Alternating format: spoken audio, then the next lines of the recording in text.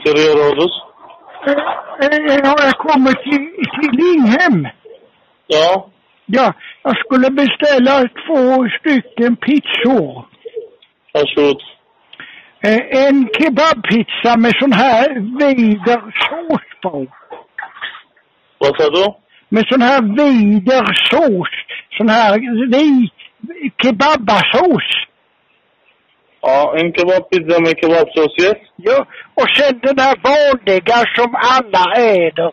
Vesuvio ska den heta. Vesuvio.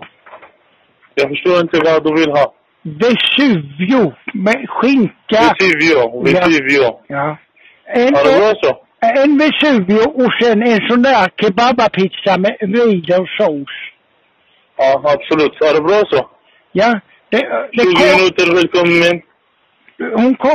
Det är min dotter kommer och hämtar den. Ja, 20 minuter, välkommen. Ja, och ni handlar nu på det där Ica Linghem. Så ja, välkommen. Okej, välkommen. Hon kommer dit i en blå bil och stannar och går in och hämtar pizzorna. Okej, välkommen. Okej. Ja. Tack. Och det är